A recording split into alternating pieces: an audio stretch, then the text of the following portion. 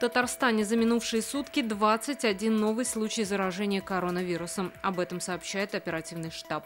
По России за сутки заболели 3448 человек.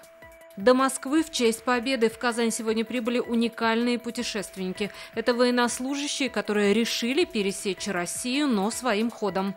В начале года они выдвинулись из Хабаровска и уже 7 мая планируют быть в Москве.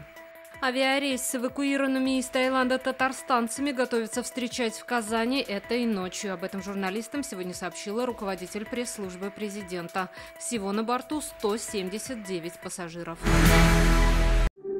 Яз яхшы хәбәрләр алып килә. Яңа гасыр каналында дөнья күргән җылы излиҗаннар фильмын кабат карарга телисезме? Күп санлы тамашачылар соравы буенча фильмның барлык серияләрен хәзер tnv.ru сайтында карарга була.